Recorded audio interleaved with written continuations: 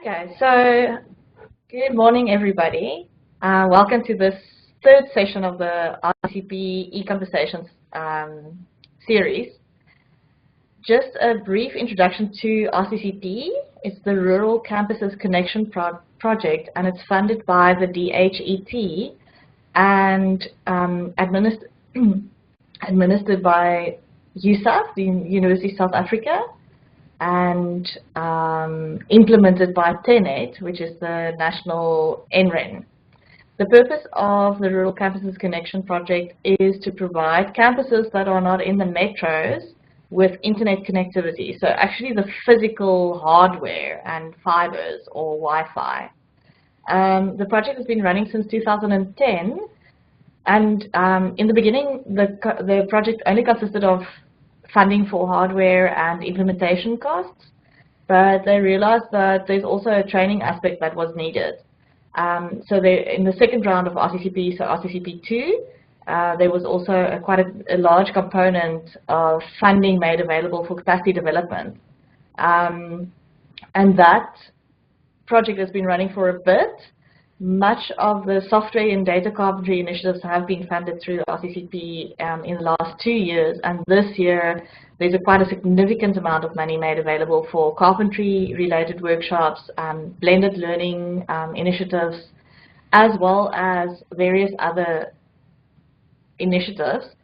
And one of the things that we started at Northwest University was to have these eConversations, which was an hour-and-a-half meeting online for anyone from any discipline, support environment, anywhere, to learn about things that are relevant to the workplace today, and to just have a conversation about how practical it is to implement in their own environments, and to meet other people who are experiencing challenges or trying out new things that are in similar positions to themselves.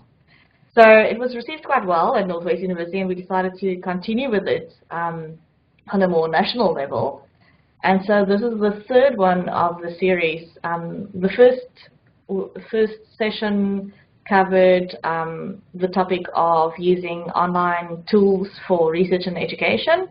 So we looked at a few tools that are available, and I can share that link in the Etherpad just after I've spoken. I'm not very good with typing and talking at once.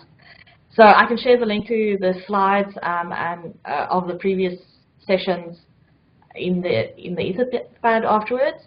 The second session, we discussed how the R community in South Africa, what is available to people who are interested in becoming involved in the R community in South Africa. And it was a very nice conversation. Katrine was there, as well as Katrine was one of our presenters, as well as Andrew, whose surname I've now forgotten, and they shared some of their experiences in terms of how to get involved, what resources are available to newcomers to R, and it was just really nice. So I can share those links with you.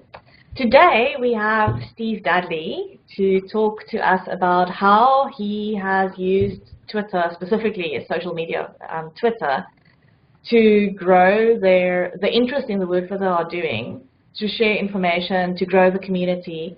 And that is something that we've also learned through the carpentries, is how you can use Twitter to get information and to share information and to get to know other people, learn about opportunities and all of that. So we're very privileged to have Steve here. Steve, if you would like to just tell people a little bit more about yourself, and then you can start with your presentation. I'm going to ask that people mute their microphones. I also have access to the control panel, so if there is a noise, I can mute from my side. Just to also note that the presentation is being recorded. I have set it not to record faces. I don't know how that's going to work. We're going to see. You're welcome to ask questions during the talk on the Etherpad, and Steve will address it afterwards. There will also be a time for discussion and questions afterwards. So please welcome Steve, and then if you have any questions or comments at this point in time, you're welcome to. I would prefer that you use the Etherpad chat area or the Etherpad main area to have conversations in, because not everybody has access to the group chat in video. So if you do want to chat, if you can please move over to the Etherpad, if that's possible. So thank you very much, Steve. Good morning, everybody, from a very wet and cold UK. I hope you've got better weather than me down there. I'll introduce myself just after I've told you about my title slide, the Tweeting Verdicts Rise, Relevance and Impact in Ornithology. And this is the summary of some work that myself and colleagues have been doing for the last year or more. In fact, I gave a similar talk only last October down in University of Cape Town at the Institute for Ornithology at the Fitzpatrick. So this is something that's going around the world at present, and I'll be delivering it in Vancouver later this year as well. So I'm the Chief Operations Officer at the British Ornithologists Union, or the BOU. We're a small academic society. We're very community-based within ornithology. We publish an academic journal, IBIS, which is one of the top ornithology journals in the world. We run community-based conferences, workshops and seminars, mostly in the UK, but we do get around. We've linked to my work in Vancouver that I just mentioned. We're running a conference in Vancouver and some social media workshops in Vancouver later this year as part of the International Ornithological Congress. We have a very small membership but a large social media presence, and you'll see that in a second. And I'm responsible for everything that we do. We're a very small society. There's only 2 staff members. We're very volunteer orientated. I'm a senior staff member, and I have overall responsibility for everything that we deliver, including all our communication and all our social media. So when it comes to social media, my particular interests are how avian researchers use and utilize social media for their research. I promote the use of social media to researchers, particularly encourage them to promote their own published research. I also do some research myself in the use of social media within our community, and I write about how best to do that and how best to communicate the science. And in particular, I've been using something called Altmetrics, and I'll talk about Altmetrics in detail later. And the links that Altmetrics provides between researchers' published work and using social media and hopefully increasing citations of research articles. So briefly, the 4 things that I'll cover during this presentation is how we developed the online social media community, especially around Twitter in ornithology. I'll talk about Altmetrics and tell you what it's all about. Ask the question that does social media attention of published research actually contribute to citations? And at the end, I'll give you a few Twitter tips to promote yourself and your research a little better. So the BOU, we've used social media in various guises since 2011. Twitter was the first platform that we went on to, followed by Facebook. You can see that we've got far more followers on Twitter than the other platforms. The ornithology community on Twitter is very active. It's tens of thousands now. And we have a reasonably good following on Facebook. And we've recently joined Instagram, and something that I'm really pleased about is the fact that we're now actually on Weibo in China, and we're the only ornithological journal or society on Weibo. And we've got 2 volunteers in China running that for us, and within a matter of months we'd already got 2,500 followers, and our posts are being read by up to 2 million people. So I said that the BOU was a small society. We've got a global membership of about 1,000, and our social media following is 20 times our physical membership. And that social media reach actually gives us a massive outreach all around the planet, with up to 10 million people seeing and sharing what we share on social media. So one of the important things when a society wishes to go onto a social media platform, I always think that you should never join anything blind. So we did a certain amount of research, but when we joined in 2011, there was actually very little research about the use of social media within the research community. The first real game changer piece of research that we had came in 2014 in a Nature paper by Richard van Noorden, and that was a very detailed paper. It looked at the social media use of a couple of thousand researchers across all disciplines. He looked at what we consider to be the truly social media of things like Twitter and Facebook, but he also compared this to what people consider to be the professional social media of research and LinkedIn. And the contrast between the social media, for want of a better description, and the professional social media is quite stark. So on these 4 charts that you see here, essentially the 2 things that you're looking at are the more green on a chart, the more passive that platform is, and the more blue on the chart, the more active and dynamic that platform is. And you can see that for researchers, in this survey of 2,000 researchers, Twitter is by far the most dynamic platform for sharing and communicating science than any of the other social platforms.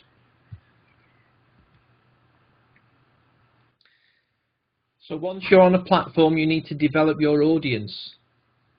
And a key thing about Twitter is that it uses a hashtag-based system. So you can search on any keyword, but hashtags collate things using any tweet or post or image that's used with the hashtag is collated, and you can look at that. You can save it as a stream, and you can access that at any time. So this diagram here just shows you the growth of the ornithology use, the ornithology tag use on Twitter from 2014 to 2016.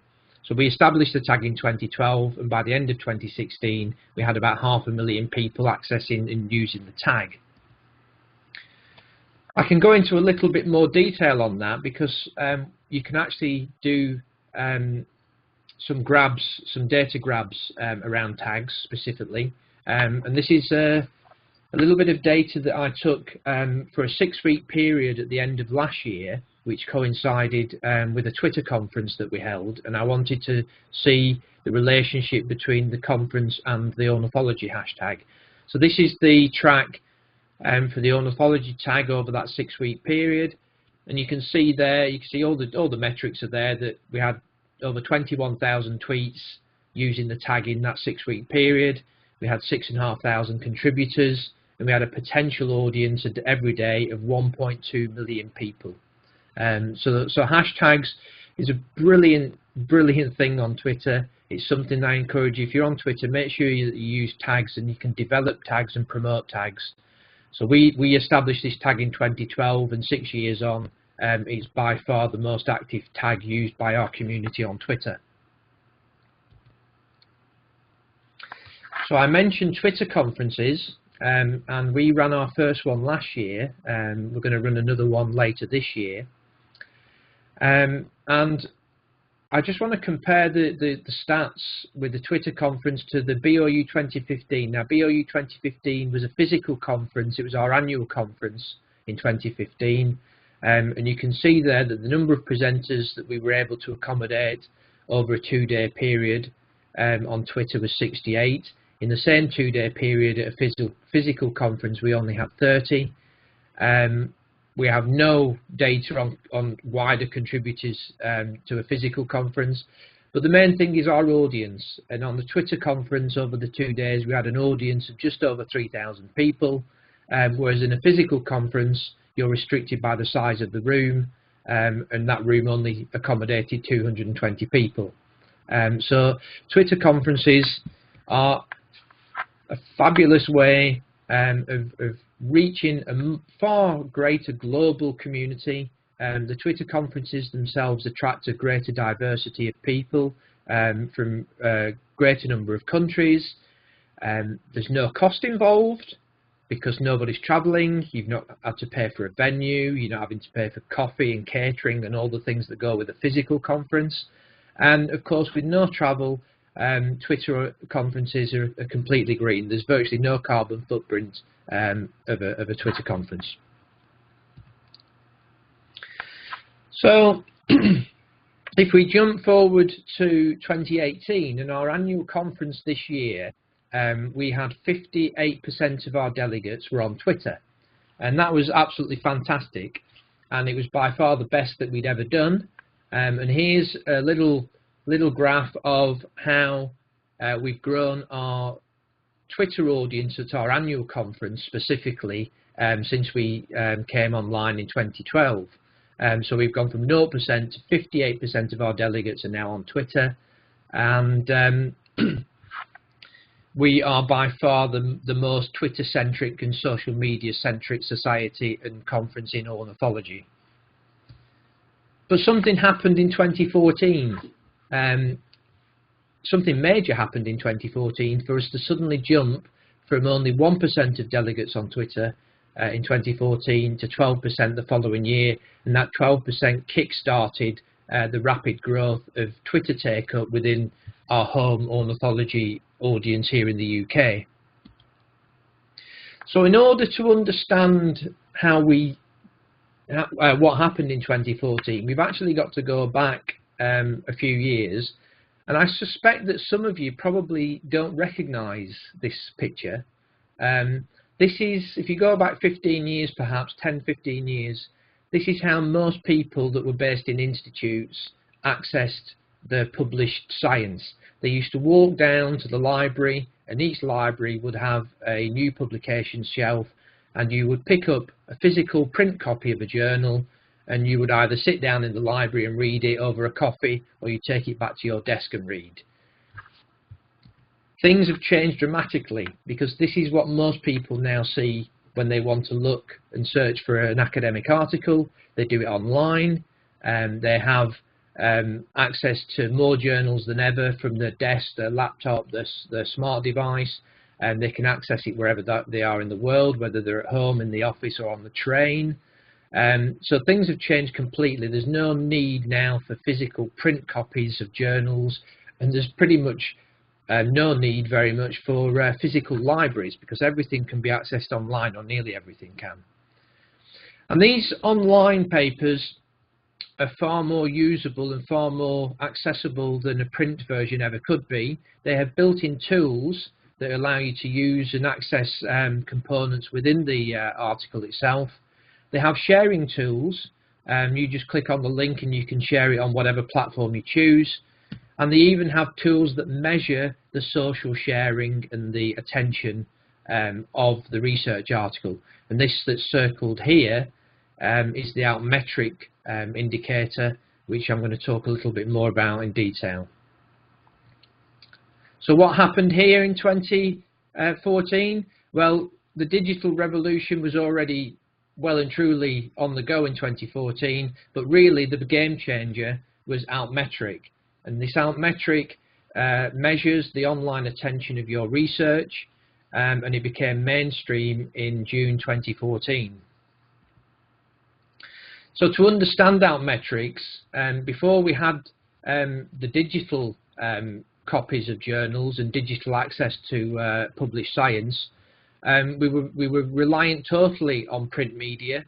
And print media, as we've just seen, you have to physically go and get it yourself. If you don't have a copy sent to your home address or your work address, you've got to find a library or an institute that has copies of it. And the accessibility of print media is down to the individual to browse and find it, and it's not very accessible and it's not dynamic. With the digital age came interactive and more visual non-linear publications that were accessible, searchable, discoverable. And that is the main difference. It's the discoverability and measurability of online content and online research in particular against its old print partner. I mean, some journals are still in print, but this is chalk and cheese, the contrast between the two. So what are Altmetrics? Some people probably have never even heard of Altmetrics. If you're publishing work, if you go onto any of your papers that have been published, you'll probably find somewhere an Altmetric measure of that paper in its metrics. So what Altmetrics do is that they measure the online attention of your research article across a variety of media, including social media, but also popular news media, and also things like Wikipedia. So this is a list on the left of some of the platforms and streams that are measured by Altmetric in order to for a research article to get a score. And each of these platforms has a weighted score. So news media at the top is by far the most global reaching. So you've got popular sites like ScienceDaily.com, and there's also Fizz. So there's lots of science websites that class as news media. So if you get an article mentioned on there, your research article will score 8 points. And then we go down the scale. So the next highest scoring is blogs. So blogs have become very popular with the arrival of Altmetrics. So lots of science bloggers have suddenly engaged. The BOU ourselves, we actually run a very high blog. In fact, I was just looking at it this morning. We published 25 articles so far this year, and these are pretty much all research articles. The authors have written a blog post to sit alongside the research article, and that blog post then scores for their research articles Altmetrics. If your research article is referenced in Wikipedia, it gets a score. If it gets mentioned in policy documents at government level and published in government websites, it gets a score.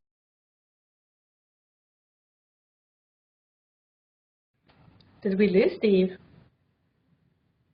Okay, so it's not me who are lost. To these platforms. Steve, we just lost you at where you were talking about policy documents. We lost you briefly when you were talking about if it is listed on government websites, and then the next sentence we missed. Sorry. Okay. So all I was doing is I was just going down the list saying that the policy documents there refer to anything that's published on government public websites, scores. And I was just taking you down the list of the next one down. Is anytime your research is mentioned on Twitter, that also scores, and then Google, Facebook, YouTube, etc. That's all it was. Perfect. So each online mention account linking to a research article contributes to that score, to the research article's score.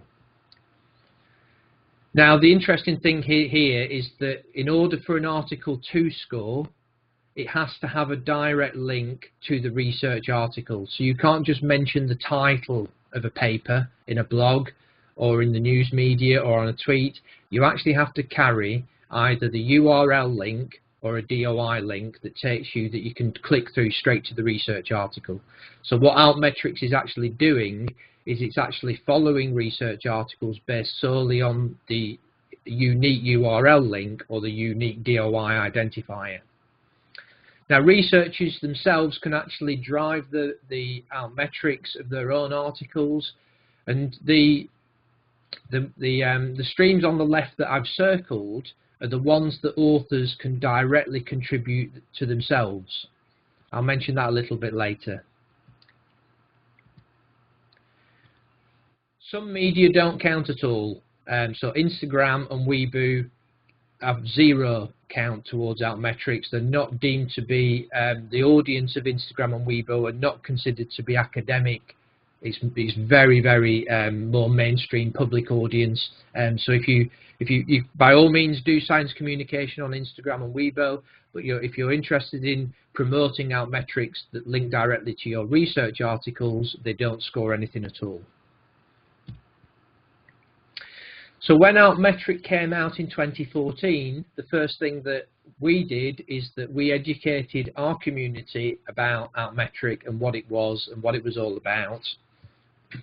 And we continued building on that education by educating our author community in particular about using blogs, about using search engine optimization on their abstracts, and also about Twitter and social media use to promote their own research. And very quickly, only 2 years after Altmetric became mainstream, we had the first scientific research published here in PLOS that actually linked the use of social media and the measurements that Altmetrics make using social media, and linking that to citation rates within ecology. So that was a bit of a game changer. A lot of people started to pay more attention to social media, realizing now that it was actually contributing to something important that they actually cared about, and that was the citations of their articles. And last year, myself and a couple of colleagues, Tom Finch and Nina O'Hanlon, we did a study just based across 10 ornithology papers, 10 ornithology journals. We looked at over 2,500 papers within these journals, and we ourselves found that Twitter in particular contributes to the future citations of ornithology articles, and I'll come back to that later. So one of the main things that we found in our research last year, so having looked at over 2,500 research articles in 10 journals, is that Twitter was by far the biggest contributor of any platform to the Altmetrics of ornithology research. So it's contributing 73% of all the metrics generated and ranked by Altmetrics. And these, of course, Twitter, the blog and the Facebook that are circled there, these are things that you can directly contribute yourself. You know, you can all tweet, you can all post on Facebook, and you can all write, so you can all write blogs. So you can all help to contribute to the promotion of your own research. There's this big sector in the middle, news.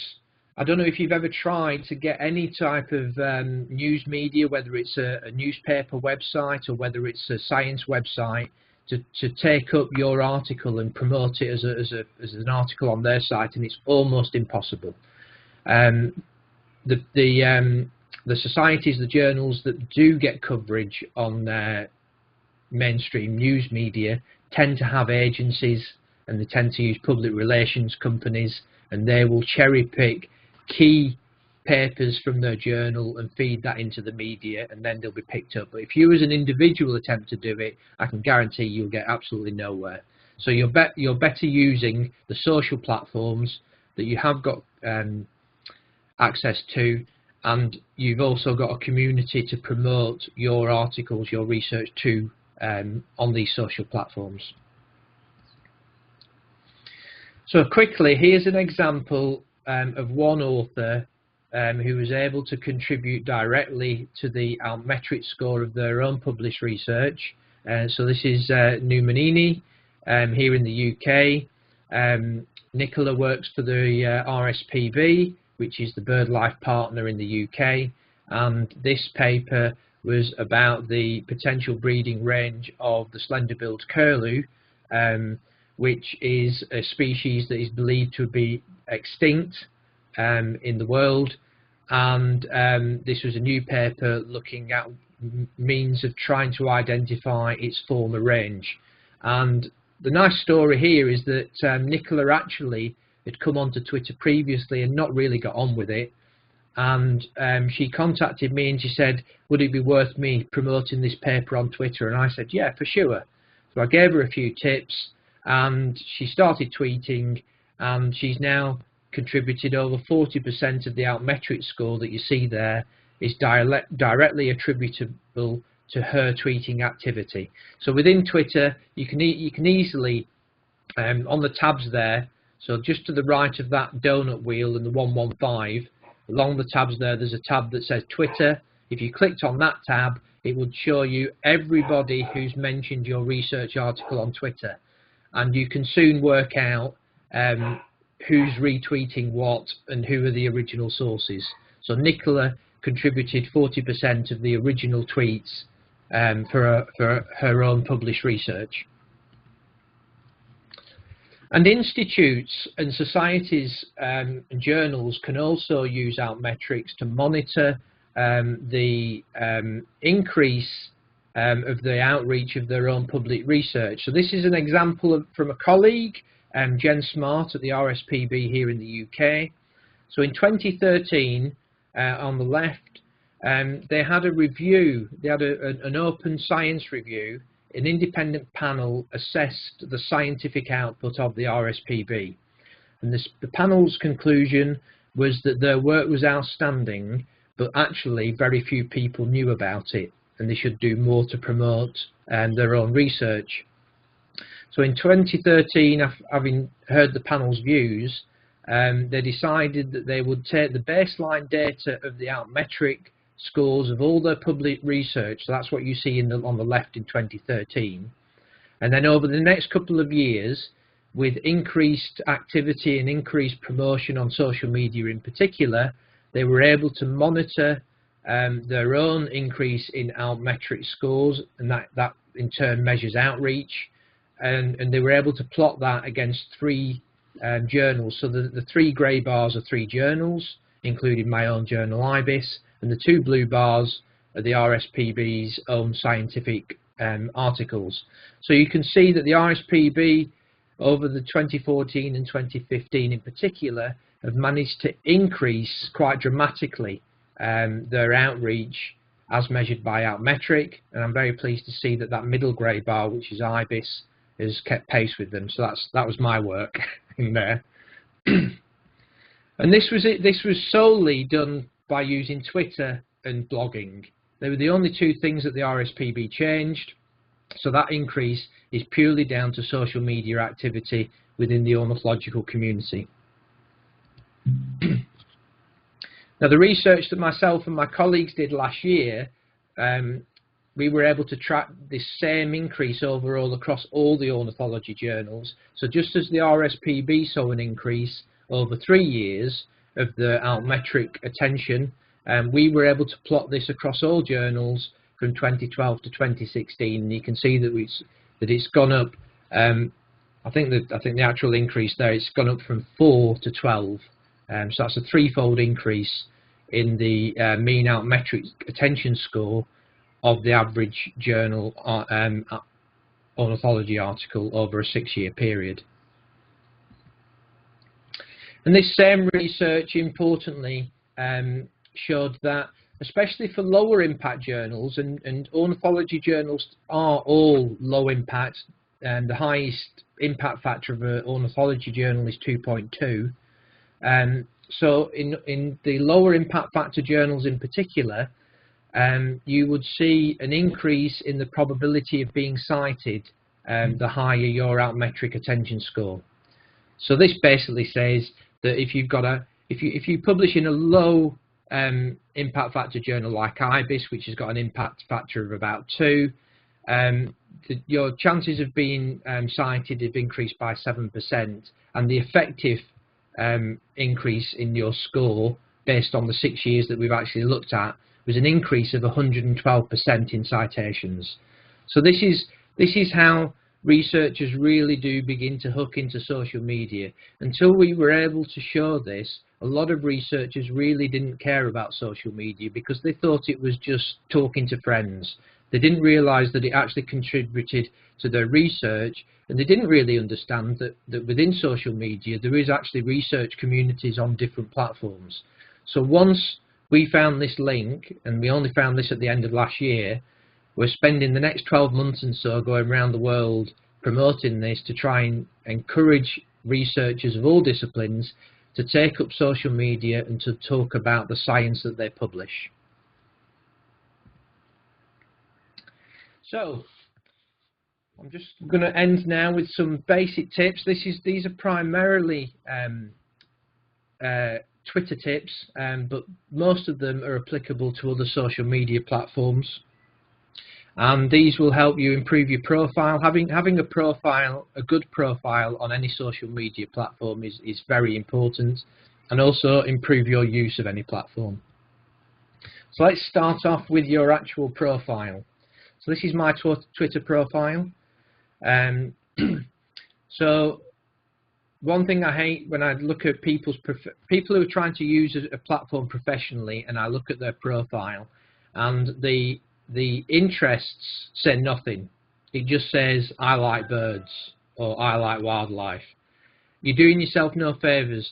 You should populate your profile with as much information and use handles and hashtags where possible. So I run IBIS Journal. IBIS Journal is my professional society on Twitter.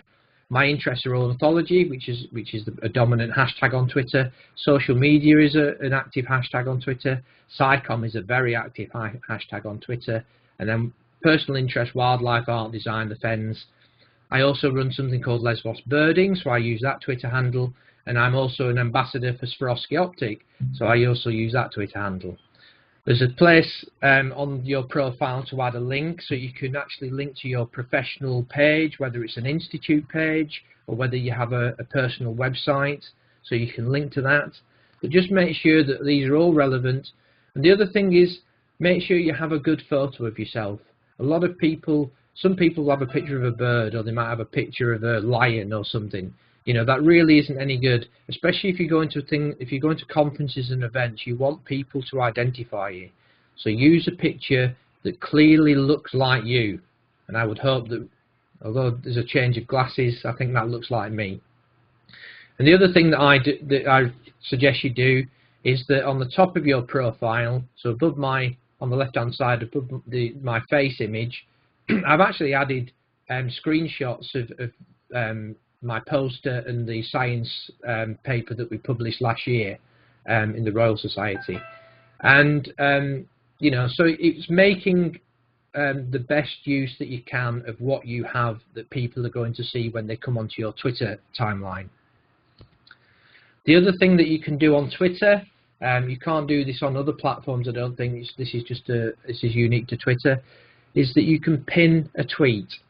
So if you don't have a pinned tweet, when you look at your timeline, the tweet at the very top beneath your profile image will be your last tweet.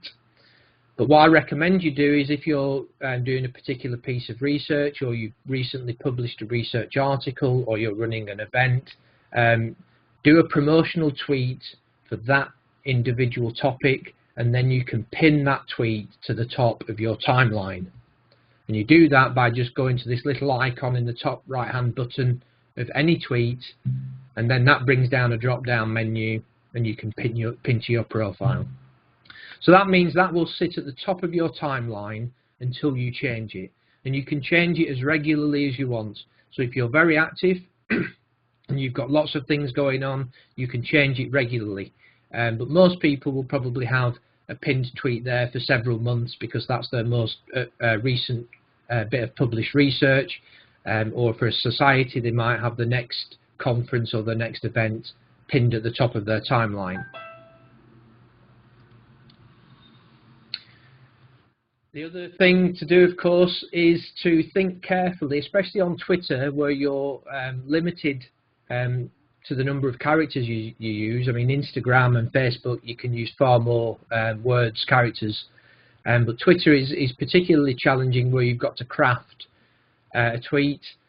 And I always think that this is probably the perfect tweet. It's got a good, clear image. It's got a good use of hashtags. It's got an event hashtag. It's got the ornithology hashtag, which is our main community tag. It's got some handles of both our society and a sister society, RSPB Science, and it's got a link to online content. So that's pretty perfect. When it comes to actually crafting a tweet, some people are surprised how I do this, and I don't just sit down and start writing saying, hi, this is my latest paper called The Tweeting Bird, blah, blah, blah. I actually put all the hashtags, all of the Twitter handles, and the link to the paper. I put all that in first into your composer. And it's only once I've got all of that information in that I then add any other information that I want. So I work backwards. So for me, the most important use of Twitter is to engage on hashtags and engage with others via the Twitter handles, and send people directly to the online content, so it has a link. So that's far more important than the actual text. So I put that in first, and then I craft my words in and around all of that other information that I've already put in. And a great development that Twitter introduced earlier this year is called Twitter Threads. And this is where you can, because Twitter is restricted to 280 characters, that's relatively limited. But what you can do now is you can thread together up to 25 tweets.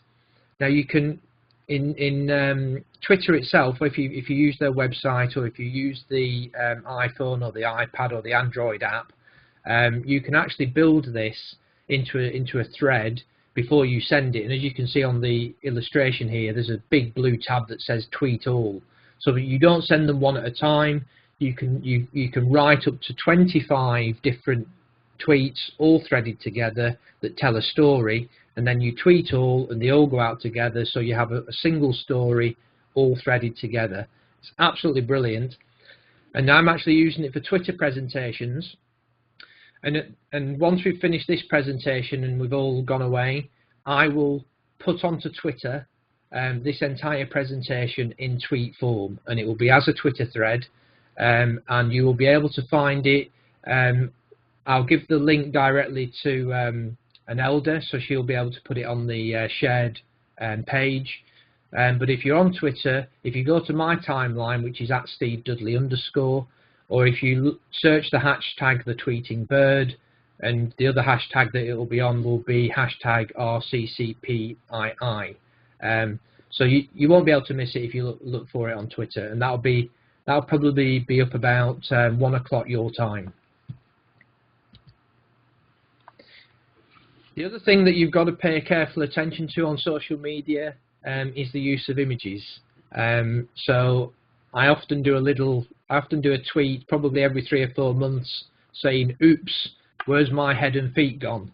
And I use the image on the left to highlight how not to use images on Twitter.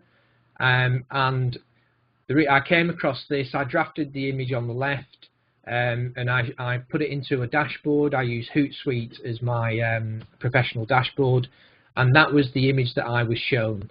So even though the picture of the full bird was there in the background, what people would see would be the bird with no head and feet.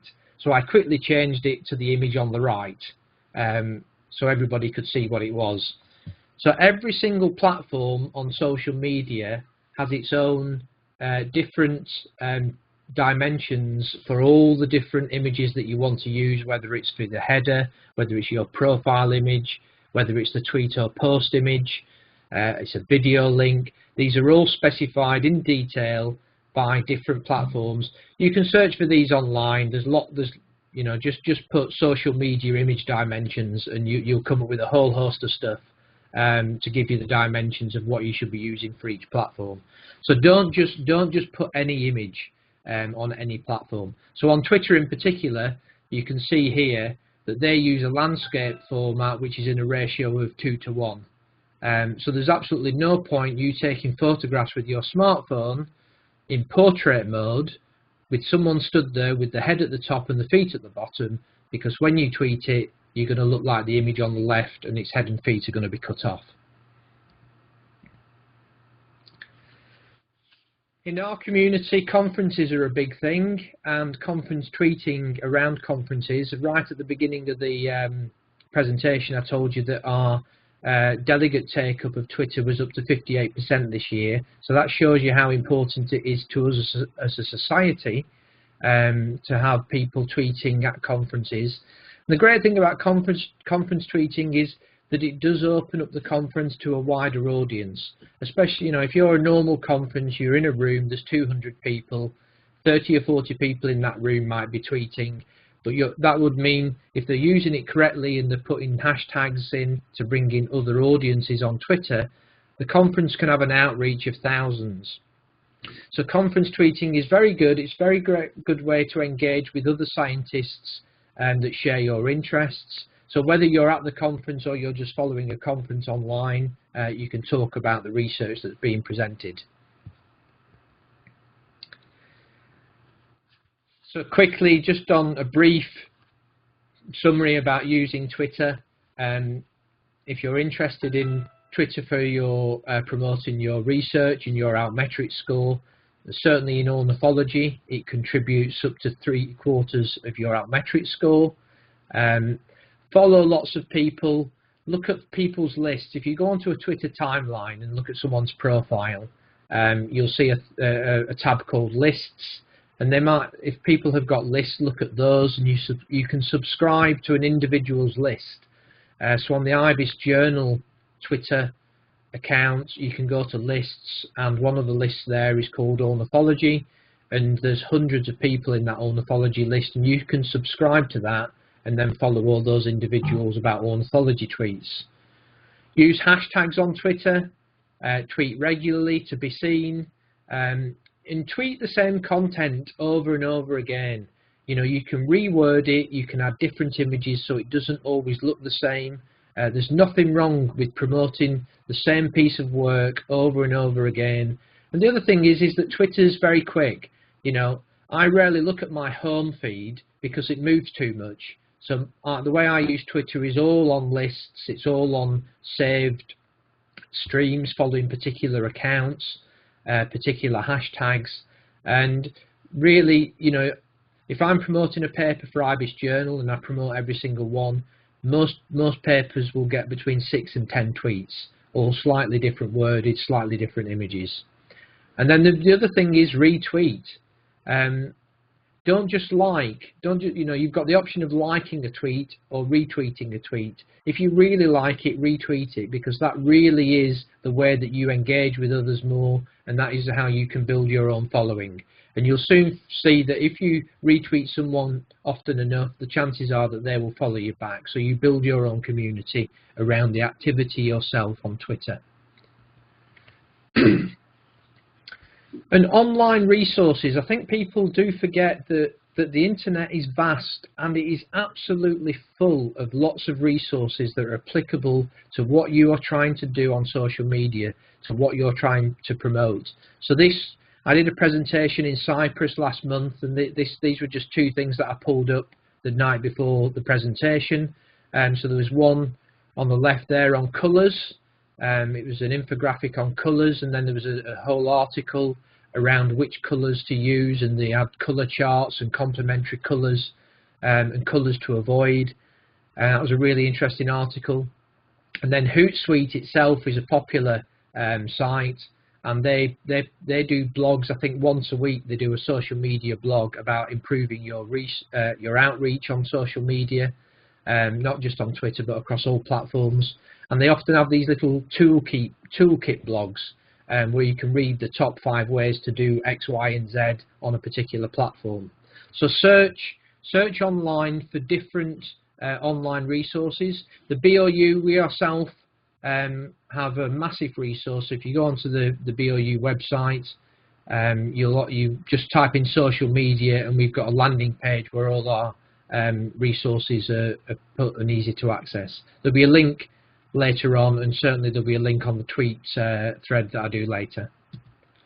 And infographics have been a bit of a game changer over the last year or so on social media. You know, they often say a picture says 1,000 words. Well, on Twitter in particular, when you're limited to 280 characters, those 1,000 words that a picture can say are invaluable. And there's a good infographic can tell a really good story. So the one on the right here from allaboutbirds.org, about how old are modern birds, looking at the DNA and the time period from the Triassic up to the current time of birds, done on one simple slide that was added to a tweet.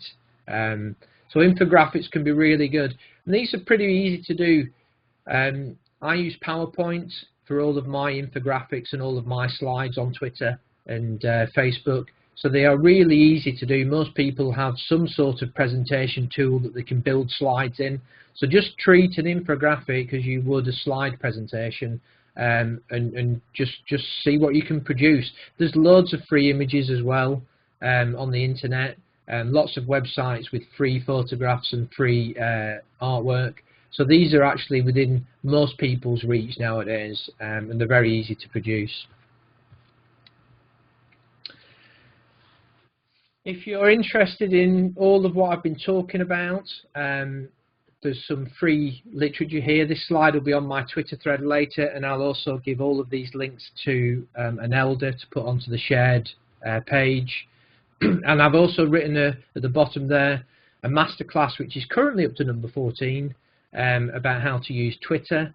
Number 13, I think it's best practices, so that's probably one of the better ones. The top two are ornithology centric.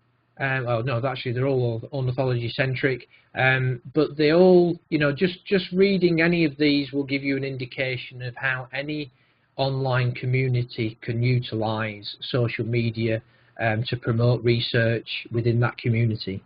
The third one down, why ornithology should embrace and contribute to Wikipedia. I haven't mentioned Wikipedia much in this. I mentioned it briefly earlier. Wikipedia is used to be derided as being inaccurate, but Wikipedia is actually very accurate. And Alex Bond, who wrote this paper in IBIS in 2011, did a study of ornithology papers on Wikipedia and found them to be about 99% accurate. And the great thing about Wikipedia, of course, is it's itself community driven. So community members can go in and edit Wikipedia pages to change or correct any errors on any individual page. And if you cite any of your papers on any Wikipedia page, it contributes to your Altmetric score. So it's an important research tool, and it's important for our research community, not just ornithology, but science as a whole around the world. And now, beyond that, I just wish you all good luck with whatever platform you choose to go and do your science communication on.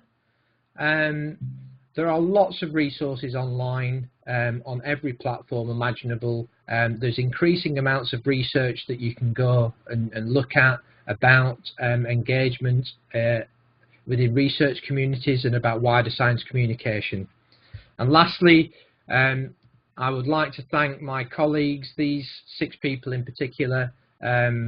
All helped me tremendously. They are all inspirational, and without these people I wouldn't be able to sit here and do presentations like this and communicate what we do within ornithology and encourage people to do likewise in other research areas.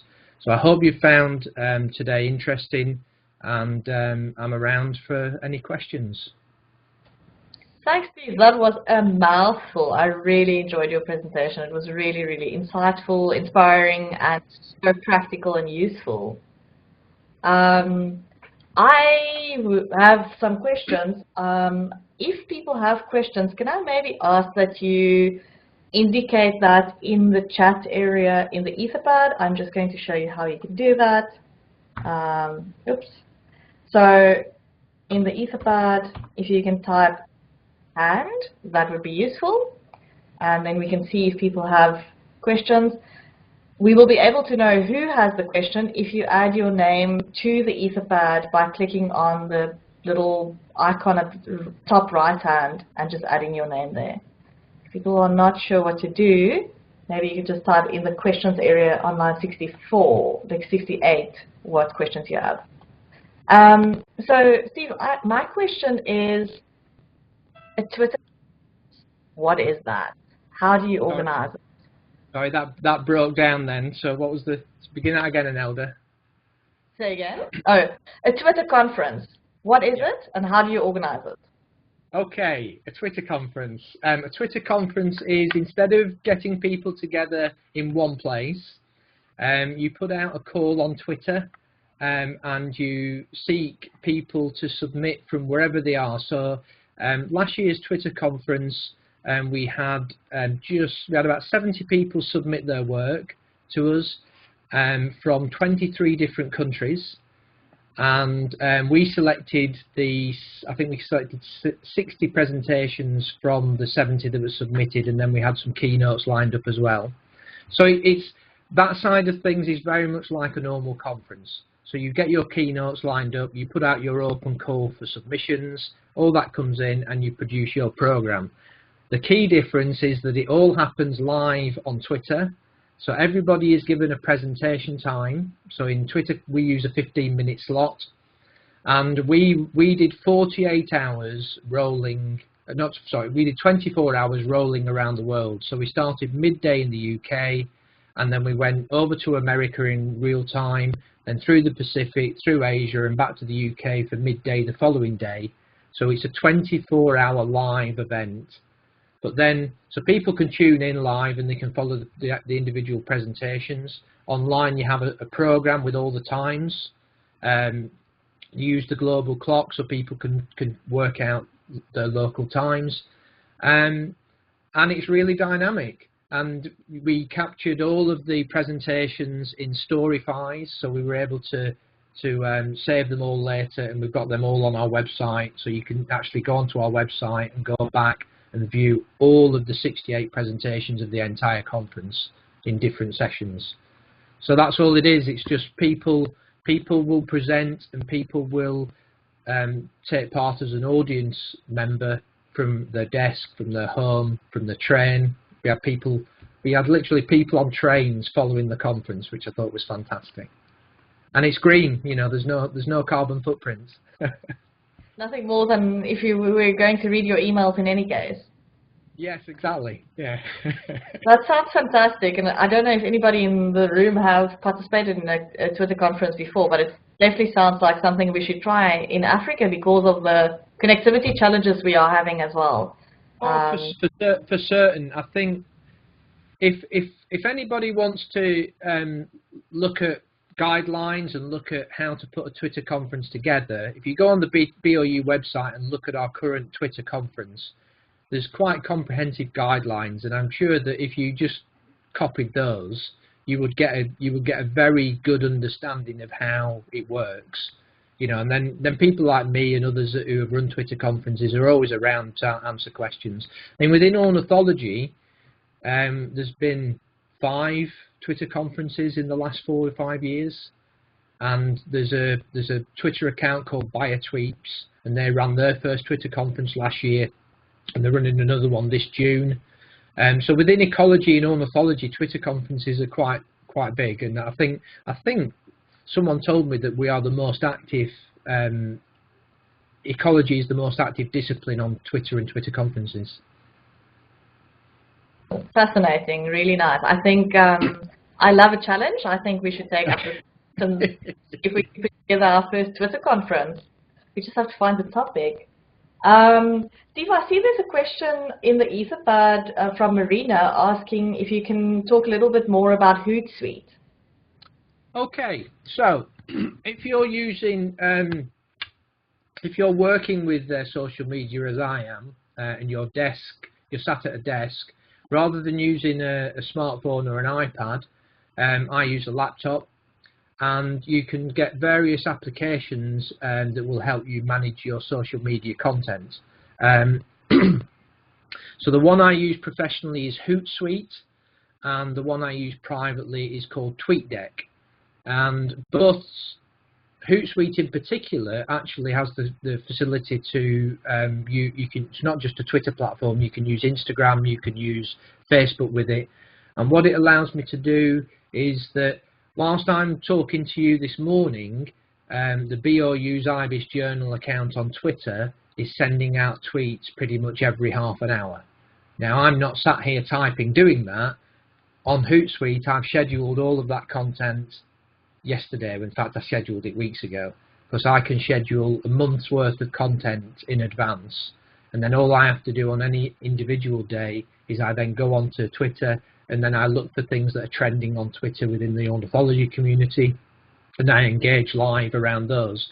But pretty much all of the content that we put out is scheduled weeks in advance. So that's what Hootsuite and TweetDeck just allows you to manage that. I wonder if I could, can I share my screen and show you? Yeah, please. That would be fantastic. Steve, I just want to say, I know TweetDeck is a free platform. Is Hootsuite comes at a cost? No, TweetDeck and Hootsuite are free. Both of them for free. Yeah, both free. Yeah, so I'm just gonna share my screen.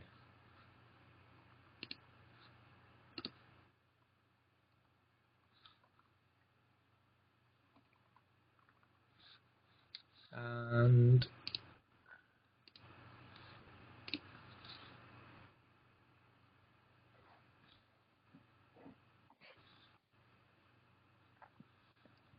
while Steve is getting his screen up, if there are other questions, please feel free to indicate that in the Etherpad, either in the chat area or around line 72.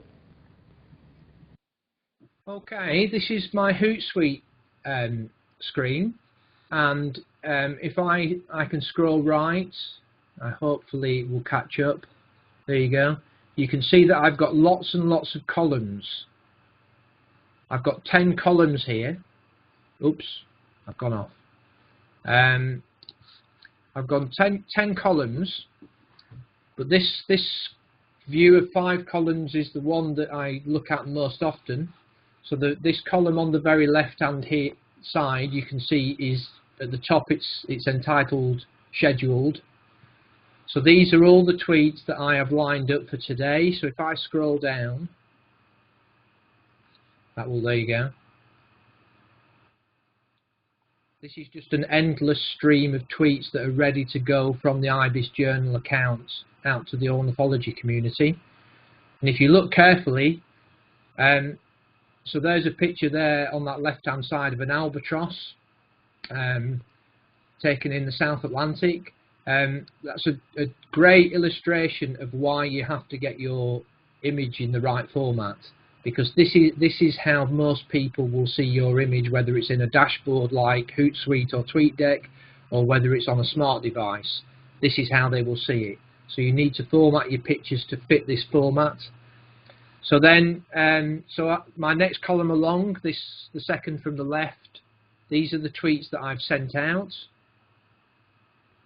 And then the third column is one of the most important columns for me. So this is when I said earlier in the presentation that I don't follow a home feed. I save streams and I follow individual hashtags and I follow individual lists and individual accounts. So what we have here with the hashtag ornithology, this is anybody that does any tweets with the hashtag ornithology, it will drop into this column. And then the one to the right, which is just called ornithology, that's my list that I've created in IBIS Journal. So this has got several hundred different people using Twitter that I've created into a list, and anybody on that list that tweets, they will appear into this fourth column. And then the one next to that on the right, called Ecology Research, this is someone else's list that I have subscribed to, so I'm able to see all of the tweets that come from that list. So this is one of the great things about Twitter, is that it's very searchable, and a lot of these things are savable into streams, so that you can actually you can hone down the information that you want to receive. You don't have to. I mean, the reason I don't follow my home timeline is because literally in real time it moves. It's going flick, flick, flick, flick, flick, flick. It's moving too fast to follow. But there's also too much information there, and most of that information I'm not interested in. So by using columns of saved hashtags, accounts and lists, you can dictate exactly what information you see on a regular basis. So they really are handy. And certainly as someone running social media professionally, I couldn't do it without a dashboard like Hootsuite. Well, that looks great. Thank you very much. And I'm noticing that Charmaine was saying, thanks for a wonderful presentation and discussion.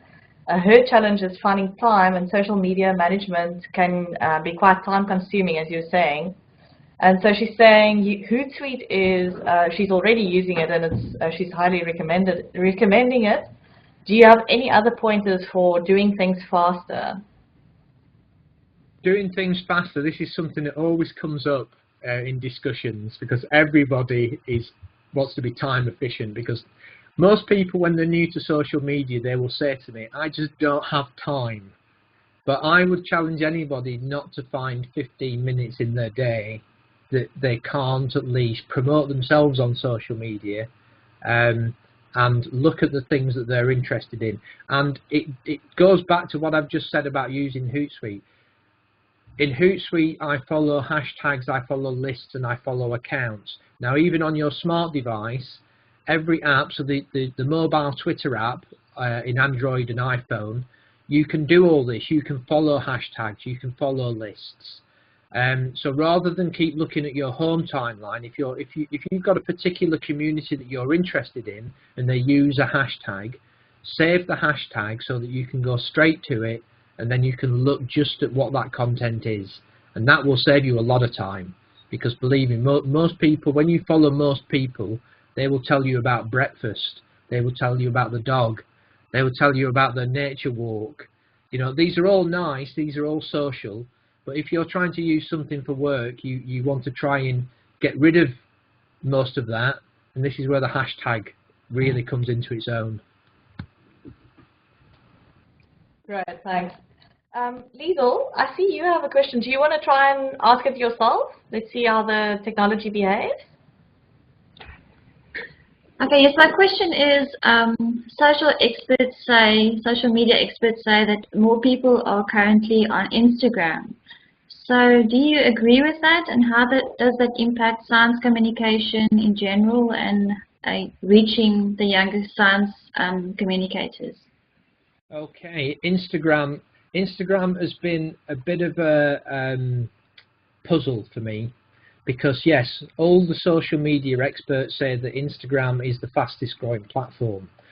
All the data that they give you suggests that in terms of science communication, Instagram has shown the largest growth in science communication than any other platform. Now, the first bit, yes, Instagram is growing faster than any other platform, fact.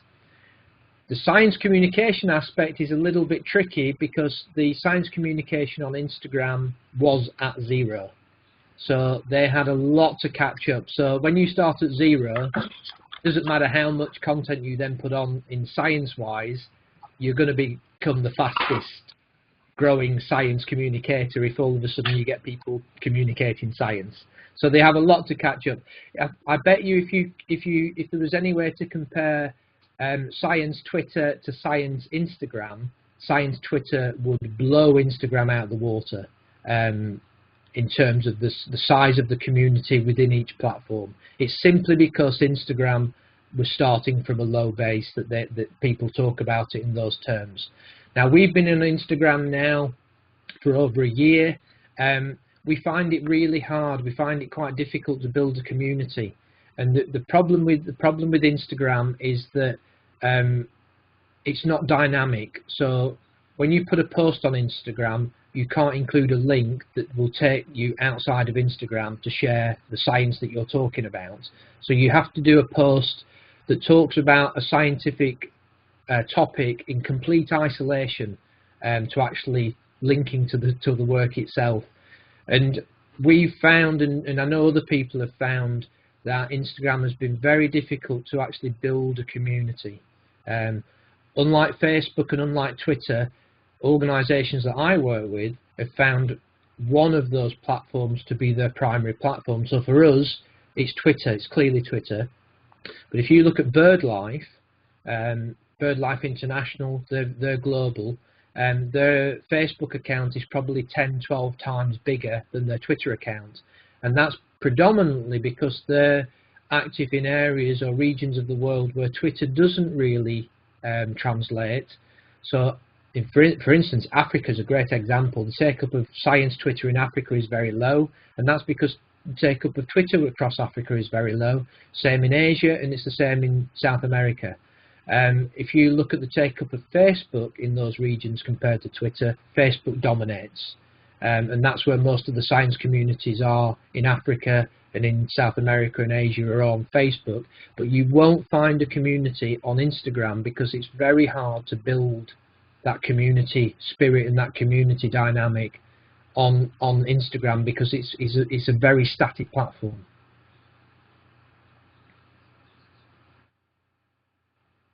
But it was a very good question, Liesl, because a lot of people are talking about Instagram. Thank you so much. Thank you. Thanks, Natalie. Is there anybody else with any questions for Steve, or comments, suggestions, plans for going forward? If you do want to speak, you can unmute your mic, and it seems like we're not going to be many people talking over each other. Nothing else? Okay. So Steve, with that then, I would like to thank you for a fantastic talk. I really, really enjoyed it, and I think it's a very, very useful talk. I'm looking forward to having your slides, your tweeted slides, which we can share with our community as well. And I'm sure this wouldn't be the last time we see you, because the Twitter conference is starting to become more than a pipe dream.